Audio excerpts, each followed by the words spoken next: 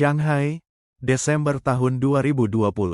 Lampu-lampu kota memantul di jendela tinggi gedung Youzu Games. Di dalamnya, seorang pria menatap layar laptop, seolah mencari sesuatu yang tak lagi ada. Ia mengetik perlahan, jeda panjang di setiap kalimat. Email itu pendek, hanya 3 paragraf. Tak ada nada marah, tak ada perpisahan. Hanya ketenangan yang aneh. Beberapa jam kemudian, Lin Qi, CEO muda yang baru saja menandatangani kerjasama dengan Netflix untuk proyek ambisius, The Three Body Problem, dilarikan ke rumah sakit karena keracunan. 2 minggu setelah itu, ia meninggal dunia. Berita itu mengguncang dunia hiburan dan teknologi. Lin Qi bukan sekadar pebisnis. Ia simbol dari generasi baru Cina yang bermimpi menguasai dunia hiburan global. Tetapi di balik semua itu, ada bayangan yang tak terlihat.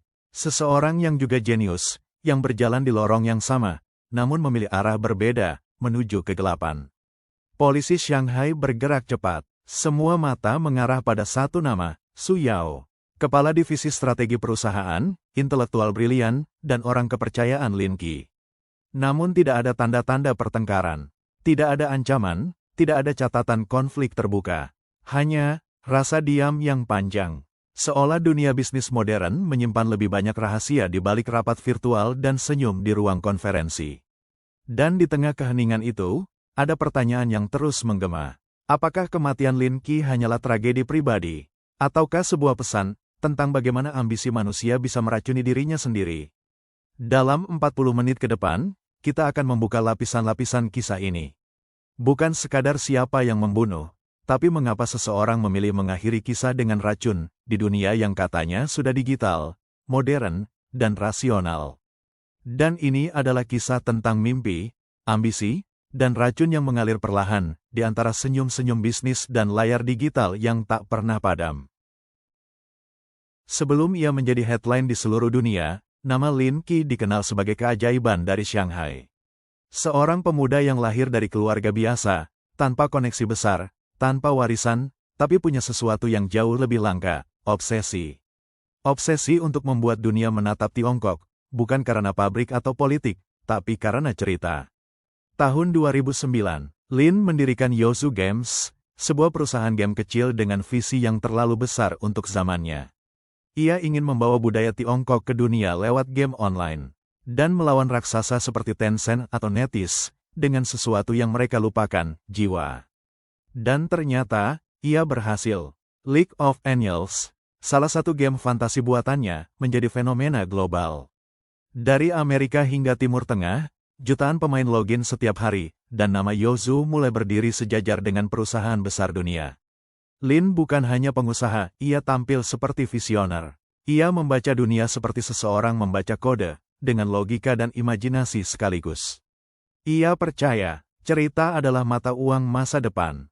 Dan dengan itu, ia melangkah ke bab berikutnya. Tahun 2019, Lin mengumumkan sesuatu yang menggetarkan dunia film. Ia membeli hak cipta novel sains fiksi terbesar dalam sejarah Tiongkok, The Three Body Problem, dan bukan sekadar ingin mengadaptasinya. Ia menggandeng Netflix dan 2 nama legendaris dari Game of Thrones, David Benioff dan D.B. Weiss. Kerjasama itu bukan hanya bisnis. Bagi Lin Qi, itu adalah pernyataan eksistensi, bahwa imajinasi Timur layak bersanding dengan Hollywood. Dalam wawancaranya yang terakhir, ia berkata, "Aku ingin dunia melihat bahwa Cina juga bisa menciptakan keajaiban, bukan hanya memproduksi benda, tapi juga mimpi." Namun setiap mimpi besar, selalu punya bayangan yang sama besar. Di balik senyum hangat di konferensi, ada tekanan, intrik, dan rasa lelah yang tak diucapkan. Dunia bisnis hiburan di Tiongkok tidak hanya kompetitif, tapi juga politis, personal, dan terkadang beracun. Dan di titik itulah, segalanya mulai retak. Bukan karena kegagalan, tapi karena rasa percaya yang perlahan hilang dari seseorang yang ia pikir sahabat. Seperti permainan strategi, satu langkah salah bisa mengubah segalanya. Ambisi Lin membawa cahaya, tapi cahaya terlalu terang, kadang membuat orang lain ingin memadamkannya. Dan di balik kejayaan Youzu, ada seseorang yang mulai bermain dalam diam, menyiapkan langkah terakhir dalam permainan maut ini. Setiap kerajaan besar, selalu runtuh bukan karena musuh dari luar, tetapi karena pengkhianatan dari dalam. Di dunia Youzu Games, pengkhianatan itu memiliki nama, Su Yao. Su Yao bukan sembarang karyawan. Ia adalah otak di balik banyak strategi perusahaan, orang yang Lin percayai sepenuhnya.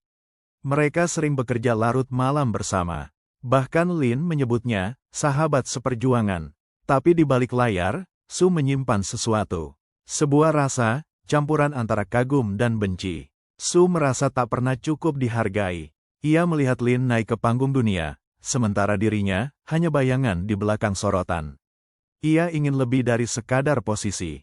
Ia ingin pengakuan. Dan bagi seseorang yang hidup dengan ambisi, pengakuan bisa menjadi candu atau racun. Awalnya, hanya rasa tidak nyaman. Kemudian berubah menjadi perdebatan kecil.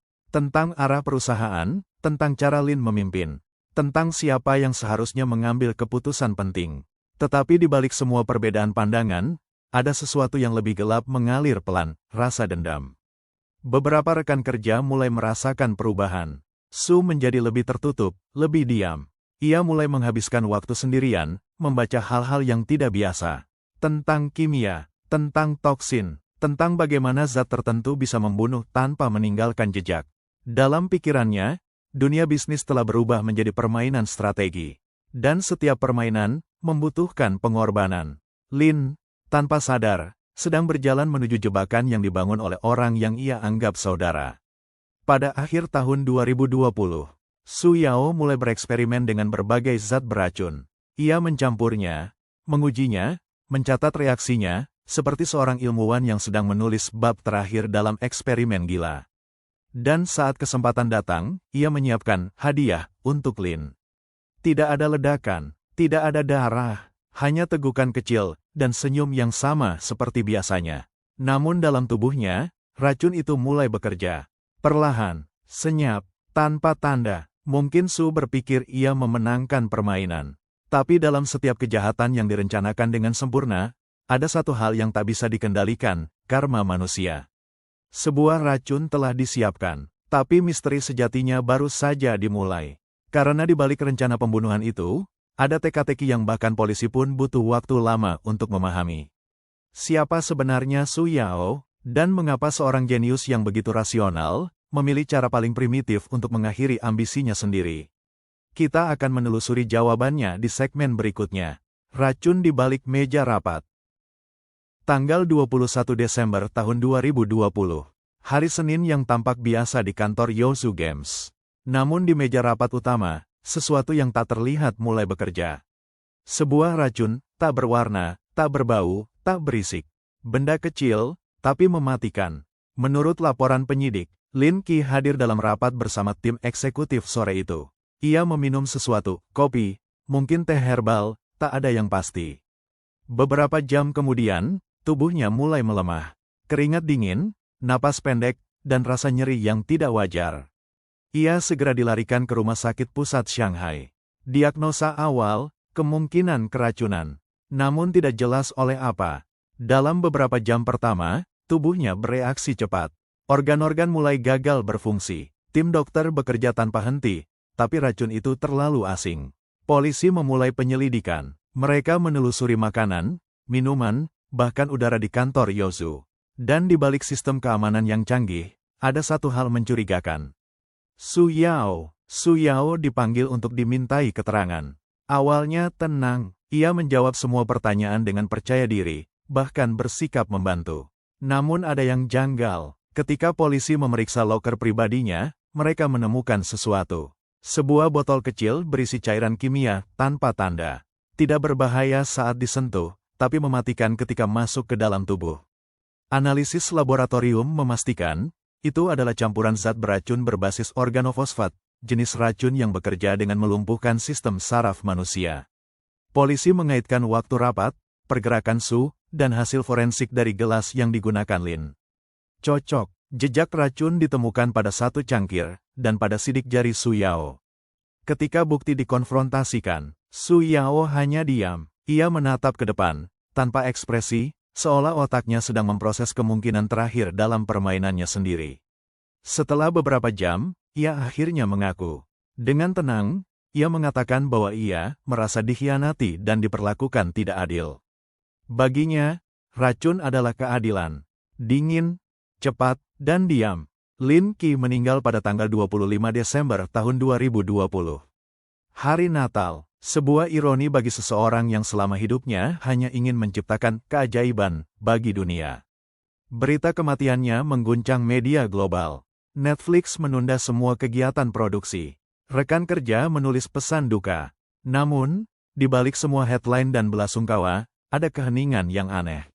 Seolah dunia hiburan kehilangan seseorang yang semestinya membawa cahaya baru. Dan disitulah ironi terbesar itu tinggal. Seorang jenius dibunuh oleh jenius lainnya, bukan karena uang, tapi karena rasa kecil di hati manusia yang tak pernah puas.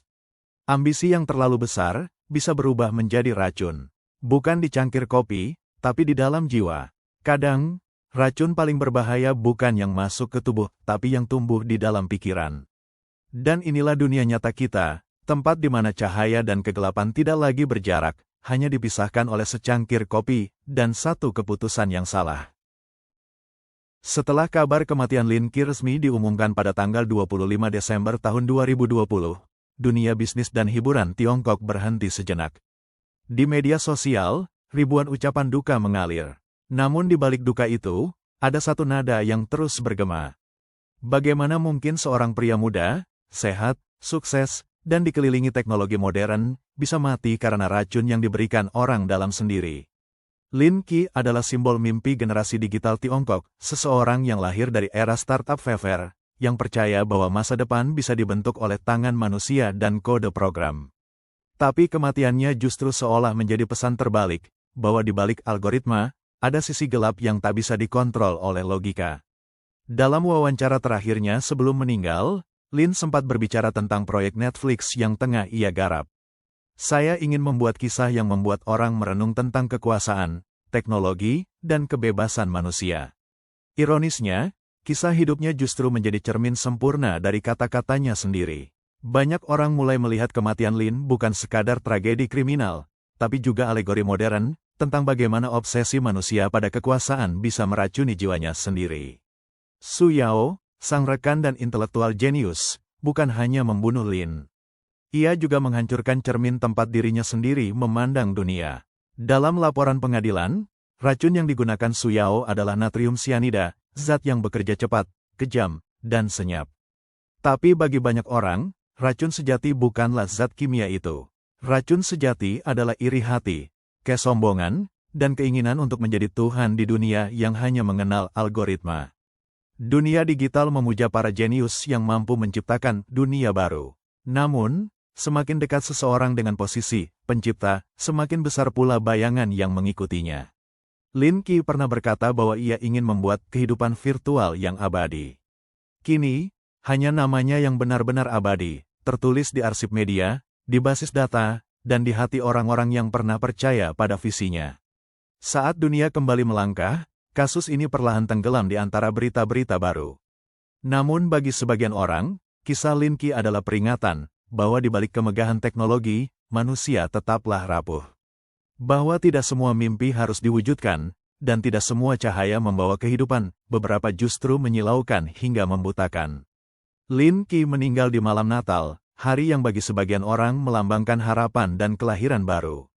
Tapi di balik semua itu, mungkin semesta sedang mengingatkan kita, bahwa bahkan terang pun memiliki bayangannya sendiri. Dan terkadang, bayangan itu tinggal di dalam diri manusia. Kisah Lin Qi belum selesai. Mungkin tidak akan pernah selesai, karena sebagian dari kisah itu, hidup di dalam setiap ambisi manusia modern. Di segmen berikutnya, kita akan menyelami lebih dalam, teori dan konspirasi yang muncul setelah kematiannya, dari kecerdasan buatan hingga permainan kekuasaan global. Tetap di Misteri Midnight. Di sini, kita menyalakan cahaya, bukan untuk menyingkirkan gelap, tapi untuk mengerti mengapa ia ada. Setelah kematian Lin Qi, publik mulai membicarakan teori lain, teori yang tidak sekadar tentang racun, melainkan tentang ide, tentang ambisi, dan tentang mimpi manusia menjadi Tuhan. Lin Qi bukan hanya seorang pengusaha game. Ia adalah pemimpi digital. Ia percaya bahwa dunia maya bukan sekadar hiburan, tapi tahapan evolusi manusia berikutnya. Melalui Youzu dan proyek Three Body Problem bersama Netflix, Lin ingin menggambarkan dunia di mana peradaban manusia berhadapan dengan entitas cerdas yang jauh lebih superior, sebuah refleksi dari kecerdasan buatan yang sedang ia kembangkan diam-diam di dalam Yozu. Banyak orang tidak tahu bahwa Lin Qi juga mendanai proyek rahasia di internal perusahaan. Project Resurrection, program yang diyakini beberapa orang dirancang untuk mengunggah kesadaran manusia ke dalam bentuk digital. Dalam salah satu dokumen bocor yang ditemukan setelah kematiannya, tertulis sebuah kalimat. Manusia tidak mati, ia hanya berganti bentuk. Kata-kata itu membuat internet terbakar. Muncul teori bahwa Lin Qi sedang mencoba menciptakan bentuk kehidupan digital yang tidak bisa mati, dan bahwa racun yang membunuhnya hanyalah cara untuk membungkam seseorang yang tahu terlalu banyak. Beberapa pengguna forum dark web bahkan mengklaim bahwa sebelum meninggal, Lin sempat mengirimkan file terenkripsi berisi blueprint sistem AI yang disebut Yomind. Sistem itu, menurut mereka, dirancang untuk mempelajari emosi manusia dan menirunya, bukan sekadar sebagai program, tapi sebagai entitas yang mampu merasakan. Dalam mitologi modern, inilah tahap terakhir evolusi, saat manusia menciptakan sesuatu yang akhirnya bisa menggantikan dirinya sendiri.